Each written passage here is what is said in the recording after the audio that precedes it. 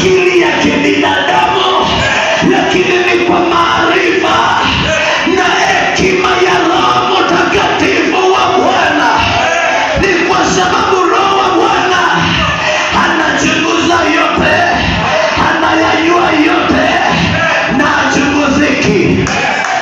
Lakini hatakuwa years ya utumwa of captivity in the land of mystery. Bwana Yesu asifiwe sana. Na nilipokumbuka akawakomboa Israeli, haleluya, akakomboa Israeli. Ninaposema akakomboa Israeli, na wewe unaruka mara moja unaingia kwa kanisa, unasema akakomboa kanisa kwa damu yake msalabani. Bwana Yesu asifiwe sana. Unaposema akakomboa kanisa, unajichukua mwenyewe, unaingia kwa suti ya ukombozi na unapima, have I been delivered? Nimekombolewa ama bado nimefungwa? Nimekombolewa ama bado ninasumbuka jangwani nikitafuta mtu wa kunikomboa? Haleluya. Alipowakomboa, ninakuja kwa Samueli chapter 15. Alipowakomboa, neno la Mungu linasema akaanza kutembea nao pamoja na Musa, akiwatembeza mpaka bahari ya Shamu, akawatengenezea njia wakavuka salama, akatembea nao jangwani, lakini kukawa na changamoto jangwani. Nisikie vizuri, wakiwa jangwani, wakiwa wanaingia Kanaani, kukatokea changamoto. Ni kwa sababu Kanaani ilikuwa inaishi wa Kanaani. Haleluya. Kanaani walikuwa wanaishi wa Amaleki. Kanaani walikuwa wanaishi wa Yebusi. Walikuwa wanaishi mataifa. Haleluya. Na kwa hiyo ili mataifa yaachilie nchi, wana wa Israeli waingie, kuliondokea vita. Bwana Yesu asifiwe sana. Ninapoongea juu ya vita, ninarudi ndani katika maisha yangu ili niokoke. Kulitokea vita kwa sababu niliingia kwa waganga, nilienda kwa witch doctors, nikanunua witchcraft. Haleluya. Nikanunua demons, yaani majini. Haleluya.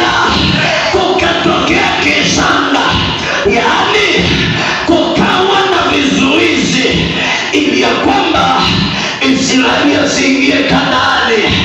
Sijui kama hapa kuna Mwisraeli ambaye ninatembea naye katika safari hii.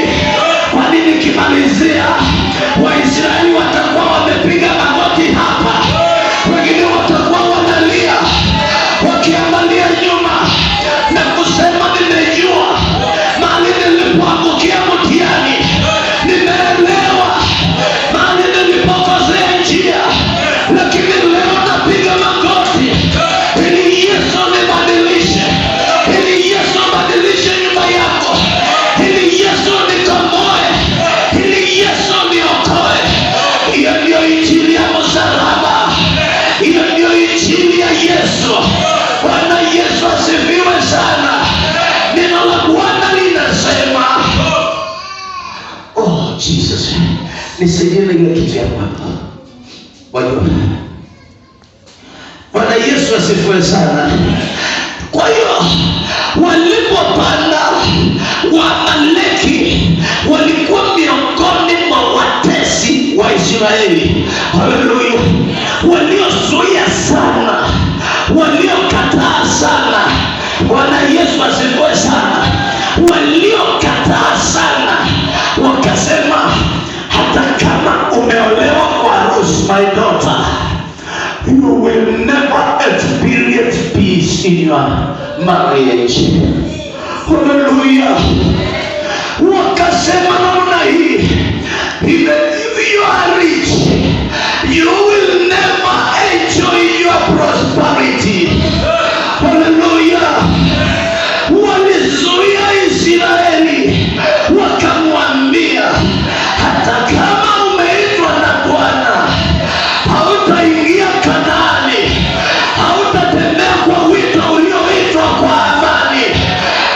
utaenjoy maisha yako ya roho vizuri.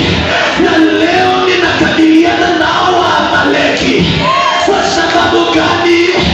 Wamekana wamama kanisani, wamekana wazee kanisani, wamekalisha wana unitini kanisani, na kanisa limechanganyikiwa. Kanisa alielewi vizuri, kanisa limechanganyikiwa. Today the church is confused. Hallelujah. Wateule wamechanganyikiwa, hawajui wako wapi. Hallelujah. Na chenye wanapambana nacho ni injili ya prosperity.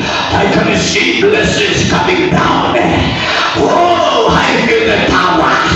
Oh, which power? I can feel the anointing in the house. Which anointing? Hallelujah. Wakati ambapo tumetenda dhambi, wakati ambapo hatujatii sauti ya Bwana, anointing itatoka wapi? Power itatoka wapi? Upako utatoka wapi? Bwana Yesu asifiwe sana. Kanisa, nisikieni vizuri. Yoshua alipoitwa akaambiwa wewe mwenye hekima. Haleluya. Tena uwe hodari. Haleluya. Tena uwe na nguvu. Kwa nini Simon uwe na nguvu?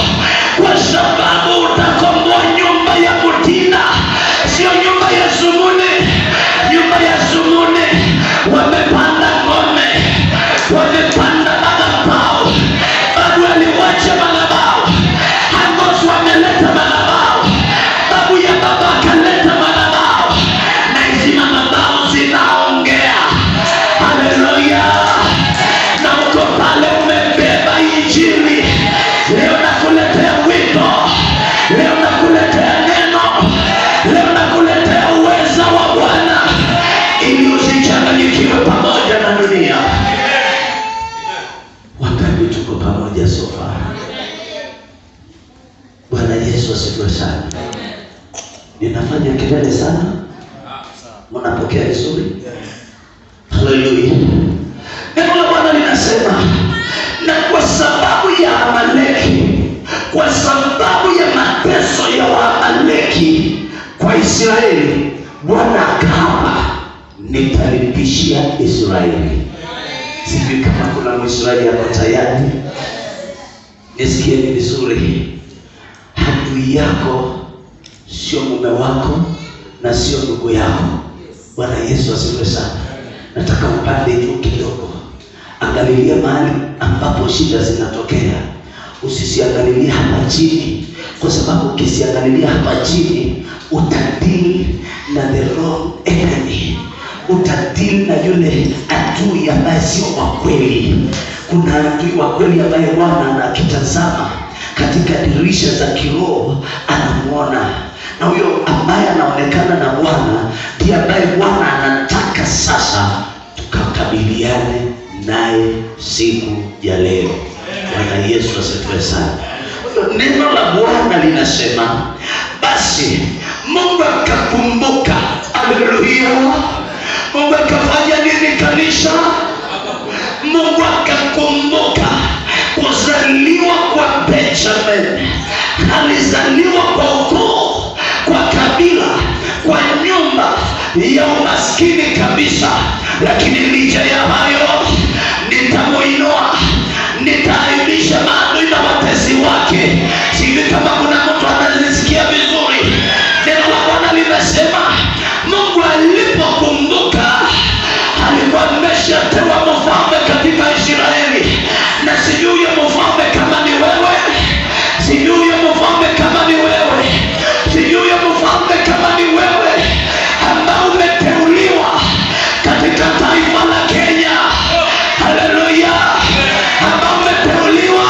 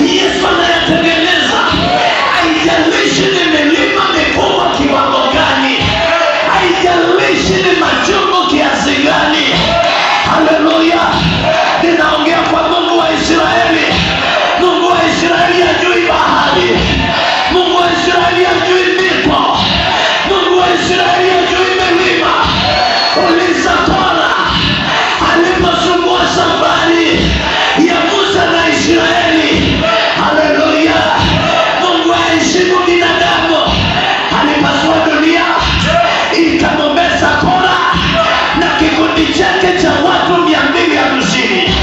Mungu ni nani? Mungu wetu sio wa mchezo. Mungu wetu sio Musa. Anaharibu demons, anaharibu majini, anaharibu magonjwa, anafungua walio jela na anawainua, anawafanya kuwa wafalme, anawainua, anawaweka juu. Na huyo ndio Mungu ambaye umeketi kusikiza hapa. Haleluya kanisa. Ninapoongea namna hii, sijui ni nani anaona, kumbe haikuwa shida kubwa. Kumbe ni njia ambayo ilikuwa inazuiliwa na Waamaleki, the Amalekites in your life. Bwana Yesu asifiwe sana. Waamaleki ni kina nani katika maisha yako? Mwamaleki wa kwanza na mkubwa ni mwili wako. The Amalekites, nitasema nini? The Amaleki is your flesh. Ni mwili wako ndio Mwamaleki mkubwa, ndiye kizuizi kikubwa cha baraka zako. Hello church, si kama nina communicate na mtu. Mwamaleki mkubwa ni mwili wako my son, ndiye ambaye ni kizuizi kikubwa cha baraka zako. Mwili wako ndio kizuizi kikubwa cha milango yako iliyofungika. Kwa hivyo kama kuna milango iliyofungika, jichunguze my sister, jichunguze my son, jichunguze my brother, kwa sababu Mwamaleki mkuu katika maisha yako ni your flesh, ni your body, ni mwili wako. Haleluya. Kwa hiyo Waisraeli walienda kupambana na taifa ya Waamaleki. Kanisa leo tunapambana na matendo ya miili yetu. Hatutabeba bunduki twende Tanzania tukapigane, hatutabeba bunduki tukatafuta Waamaleki.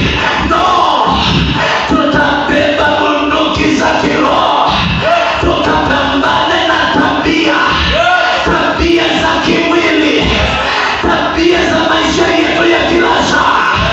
Hasira ni Mwamaleki, usherati ni Mwamaleki, wizi ni Mwamaleki, kiburi ni Mwamaleki, wizi ni Mwamaleki, kutotumikia Mungu kwa uaminifu ni Mwamaleki katika maisha yako.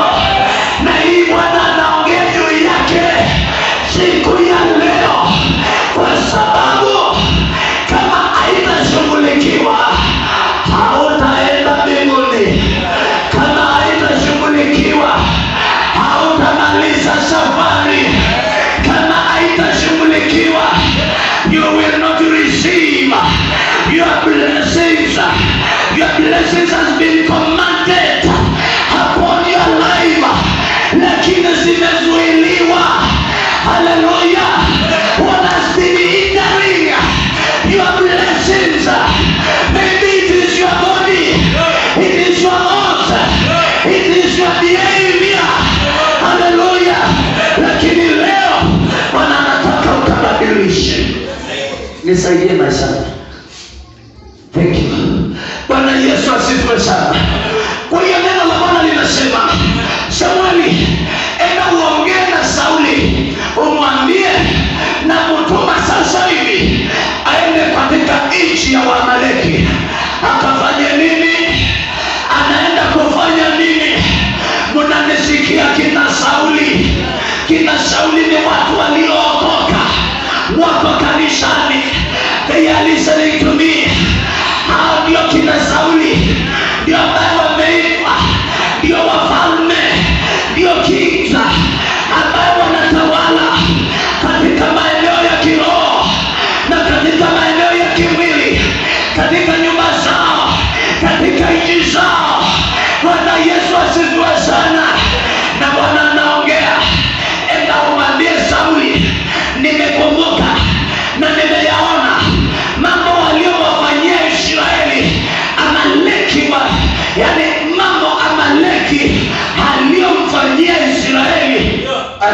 wakipanda. Ni nani anajaribu kupanda hapa? Nani anajaribu kupanda? Unajaribu biashara, haifanikiwi. Unajaribu ndoa, imejaa kisirani. Umejaribu maisha kwa mlango huu, kumeharibika. Umejaribu kila neno, vitu asiingiani. Bwana Yesu asifiwe sana.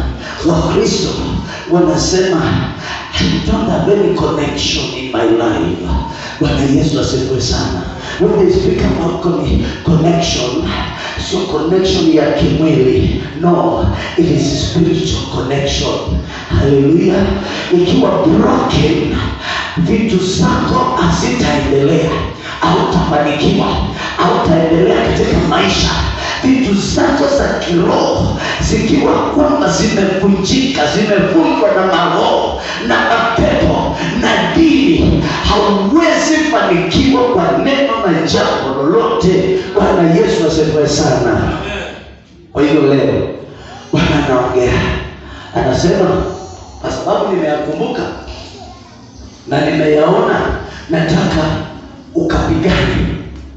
Huyu ni Bwana anatuma, nataka ukapigane. Haleluya. Are you ready? Ongea kwa kupigana. Sisemi kwamba tukapigane ndugu kwa ndugu, no. Sisemi kwamba tukapigane mume kwa mke, no. Sisemi kwamba tukapigane kwa majirani, no. Ninaongea kwa mapambano ya vita za kiroho. Haleluya. Ninaongea kwa mapambano ya mtu binafsi. Bwana Yesu asifiwe sana. Kwa sababu nikichunguza maisha yangu, sifai kuwa mahali nilipo. Haleluya. Sifai kuwa ninalipa zile deni ambazo ninalipa leo. Bwana Yesu asifiwe. My brother, haufai kuwa unalipa yale madeni ambayo unalipa. My sister, haufai kuwa unalipa zile deni ambazo unalipa. Lakini kwa nini unaendelea kulipa? Ni kwa sababu kuna kizuizi, kuna mambo ambayo yamefeli. Haleluya. Sauli akaambiwa, kwa sababu Sauli nimeyatia moyoni na nimeyakumbuka, unaenda kupigania Israeli, unaenda kumilipizia kizazi. Na ni nini ambaye Sauli utafanya? Nena na Sauli. Bwana Yesu asifiwe sana. Baba, nataka kuongea na kanisa siku ya leo. Nataka kuongea na waokovu siku ya leo. Neno la Bwana linasema, akamwambia, Bwana alinipeleka nikutie mafuta, nikutie upako. Inamaanisha Bwana ameshatumana ukaokoka. Haleluya. Na sasa umeokoka. Na kwa hiyo Bwana anasema, sasa nataka ukaangamize Amaleki. Haleluya. Sio kasi mingi. Nataka ukaangamize Amaleki kwa sababu ya tabia zake alizozitenda. Tabia zake ni gani? Bwana Yesu asifiwe sana. Maisha, tabia zake ni gani? Tabia zake ni kufanya mzee hasijenge. Haleluya. Ukimwona Nairobi yuwafaa vizuri, yako mzima, lakini akienda nyumbani analala chini. Bwana Yesu asifiwe sana. Hiyo ndio tabia ya Kiamaleki. Kazi yake ni kupinga, ni kuzuia. Hauwezi faulu, hauwezi fanikiwa. Tuchunguzeni Amaleki. Tabia yake ni hasira, ni ghadhabu, ni kuzuia maendeleo. Bwana Yesu asifiwe sana. Akaambiwa, utaenda kuangamiza Amaleki.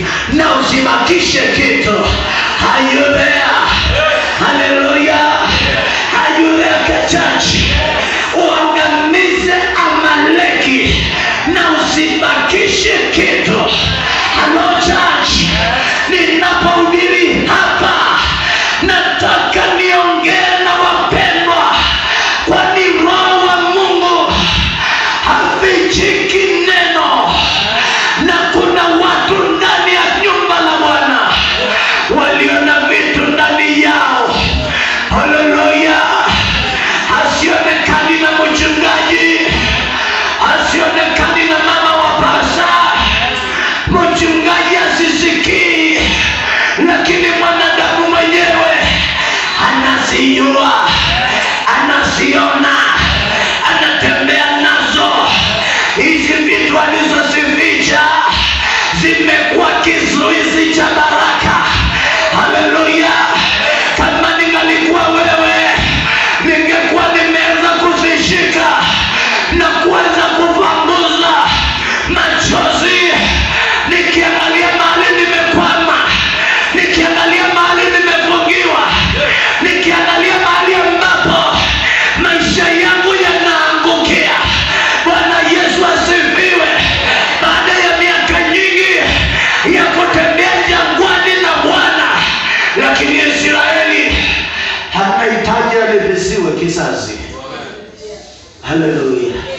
Neno la Bwana linasema Sauli akapokea ujumbe vema kabisa kutoka kwa nabii, na Bible inasema aliposikia akahesabu askari, vile ambavyo tumesoma askari 200,000, akahesabu na askari wa farasi, na kafanya yote ambayo mtu akienda vitani anapaswa kufanya. Haleluya. Bwana Yesu asifiwe. Lakini kukatokea changamoto. Alipofika kule Avila, akaanza kuangamiza Amaleki, na maagizo ni kwamba ukaangamize ng'ombe, uangamize kondoo, uangamize kila kitu, moto, mama, hata mtoto yule anayenyonya. Yaani usibakishe kitu, angamiza kila kitu. Inamaanisha kusibakie element yoyote katika mwili huu, kusibakie kitu chochote katika maisha yako ambacho kinaweza zuia Roho Mtakatifu asifanye kazi katika maisha yako. Leo nisikie, kama umekuwa ukitafuta Roho na Roho bado anazuiliwa, Roho bado anagonga aingie, lakini ana nafasi ya kuingia. Leo tuchunguze ni nini katika Waamaleki uliobakisha katika maisha yako. My son, why are you struggling with the poverty? Hallelujah. Kwa nini bado tuhangaika na umasikini? Kwa nini bado tuhangaika na biashara duni? Kwa nini bado tunahangaika katika dini? Hatufaulu, hatuendelei, hatufanikiwi, hatuolewi, hata hatuendelei tukiolewa. What is wrong? Hallelujah. Neno la Bwana linasema akaanza kuangamiza. Inamaanisha ulianza vizuri, ulianza kumaliza vizuri. Hallelujah. Lakini akiendelea akakutana na vinombe, akakutana na kondoo wazuri walionona, hawakabakisha na jeshi lake. Akiendelea mbele akakutana na Agagi, akaona huyu ni mfalme kama mimi, I don't need to destroy him. Neno la Bwana linasema akabakisha mfalme Agagi akiwa hai, akamuweka pembeni. Ninapohesabu namna hii, rudi ndani yako. Ni nini ambayo haujaribu maisha? What have you not destroyed in your life? Nini ambayo inafanya Bwana akuone kwamba haukutii alipokuita? Nini ambayo Bwana inafanya akuone haukutii ulipookoka? Uliingia katika wokovu, lakini unahesabiwa kama mtu ambaye haukutii sauti ya Mungu. Na hivyo maana neema ya Bwana haiko katika maisha yako. Hivyo maana neema ya Bwana haiko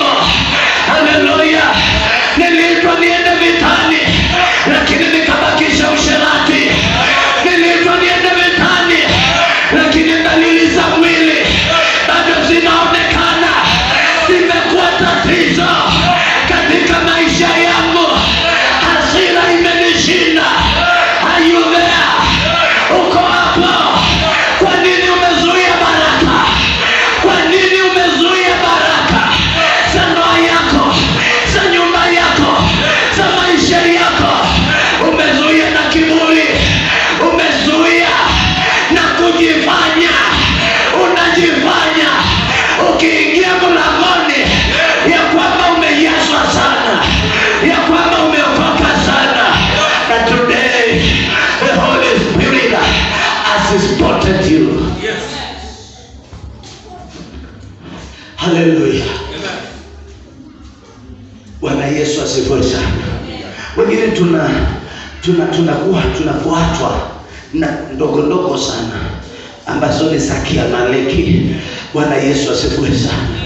Neno la Bwana linasema huyu bwana anaitwa Sauli. Bwana akamtazama akiwa mbinguni, na Biblia inasema Bwana akajuta sana. Kwa nini nilimteua Benjamin ahubirie taifa la Kenya, lakini anageuza injili, anahubiri prosperity? Kwa nini nimeteua kibishop anene na taifa, lakini amebadilisha neno, akaweka bahasha ya wanasiasa, ya politicians kwa mfuko wake? Hiyo ndio injili ambayo imekosa katika taifa, injili ya kujitolea, injili ya kujitoa mwanga. Bwana Yesu asifiwe sana. Neno la Bwana linasema Mungu akalia, Mungu akasikia uchungu, kwa sababu alimteua Sauli awe mfalme, lakini amekataa kutii.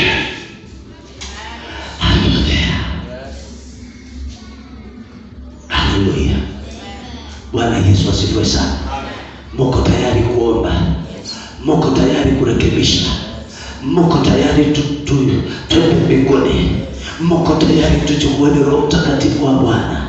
Neno la Mungu linasema Mungu akanena na Samueli akamwambia, nilimtuma yule bwana katika safari, lakini hakutekeleza yale niliyomtuma akatende. Haleluya.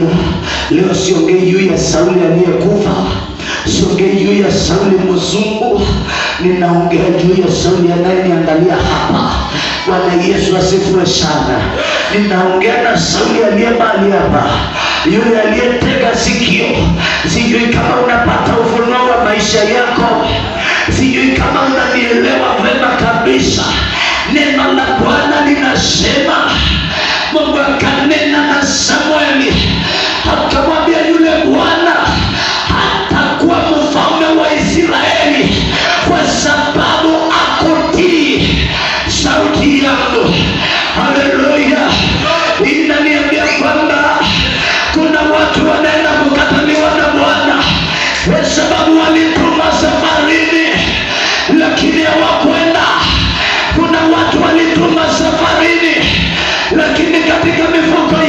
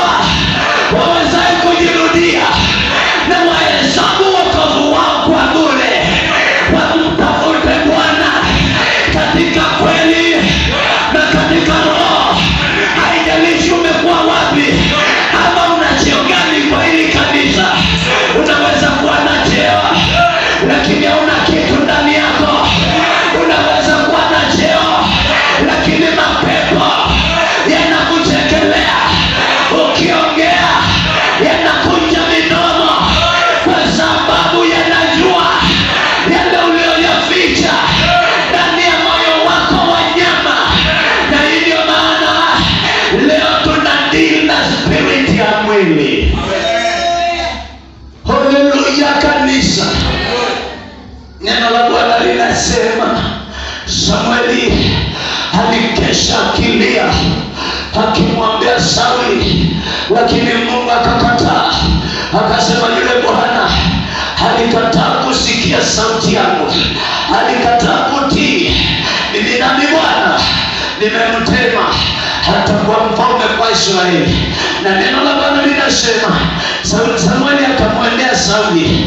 Alipofika akasikia sauti ya mbuzi na ng'ombe na kondoo. Akamuuliza, sauti ya nini? Mulio gani ninausikia? Bwana Yesu asifiwe sana kanisa. Bwana anasikia mulio gani katika maisha yako akikusikiza usiku. Bwana anasikia mulio aina gani katika nyumba yake anapolitembelea kanisa katika ibada kama hii. Ama anapata wapendwa walioachana kitambo. Haleluya. Wacheni niwaonyeshe kwa mfano. Bwana Yesu asifiwe sana.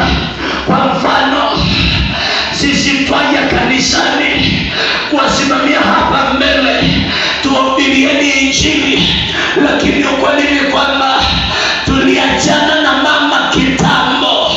Tuliachana namna gani? Mama ana zake na mimi nina za kwangu. Nisikieni watoto wangu, nisikieni. Bwana Yesu asifiwe. Mimi na mama ni kitu kimoja. Haleluya. Mimi na mama tu kitu kimoja.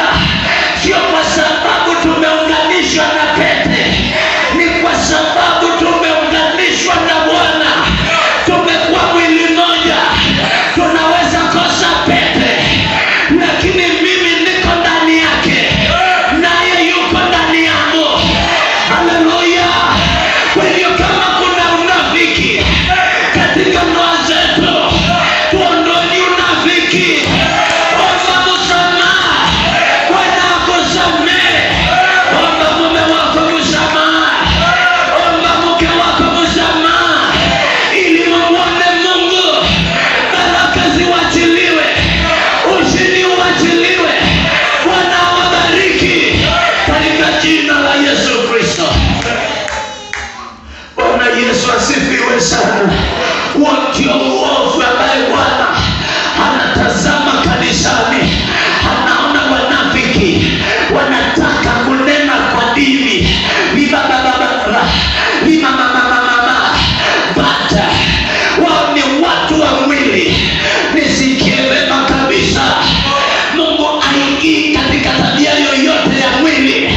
Mungu haingii kwa kanisa lolote, liitwe dini kubwa ama dini ndogo. Mungu haingii kwa kanisa lolote ambalo limejaa mwili. Haleluya. Hivyo kama Bwana mnataka tutendee mema, tuondokeni katika mwili. Wangapi wako tayari? Bwana Yesu asifiwe. Neno la Bwana linasema Sauli akanena na Samueli akamwambia, nimetii, nimetenda yote aliyoniagiza Bwana Mungu wako nikayatende. Bwana Yesu asifiwe sana. Lakini Samueli akamwambia, hukutenda. Na kwa sababu gani hukutenda? Bwana Yesu asifiwe sana. Akanena akasema, lakini watu niliokwenda nao. Kumbe mtu akiwa katika mwili anajaa lawama, yani kulaumu. Unalaumu wengine, unalaumu madhabahu. Kwa hii kanisa hakuna Mungu. Hapa kwa hiyo madhabahu hatujabarikiwa. Hapa huyu pasta hana Mungu. Si pasta hayuko na Mungu, sio madhabahu. Haya ni mawe tu. Mungu anaishi ndani yetu. Bwana Yesu asifiwe sana. Mungu anaishi ndani yako. Haleluya. Hapa tunakutana kwa fellowship. Haleluya.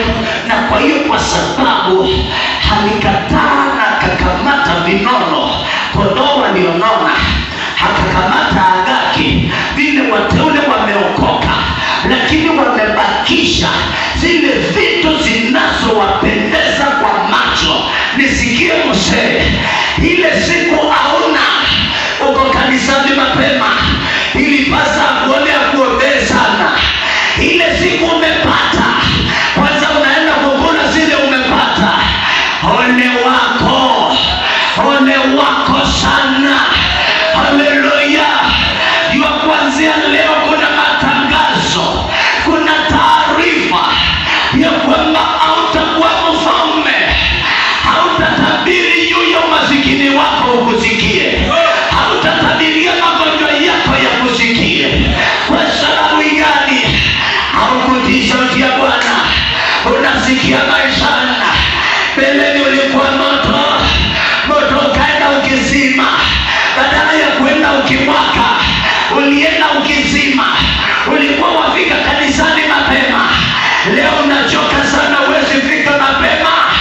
Ulikuwa una-attend fellowships, leo umezima, hauwezi onekana kanisani. Wewe umekuwa mshirika wa Jumapili, kwa Jumapili. Ole wako wana Harvest Church, kumeharibika na kumeharibika. Wacha niwahubirie, nimalize duty yangu, kwa sababu sijaitwa, ni kwa sababu ya Harvest Church. Hapa ikikataa, nitaenda Zaire. Hapa ikikataa, nitaenda Kongo.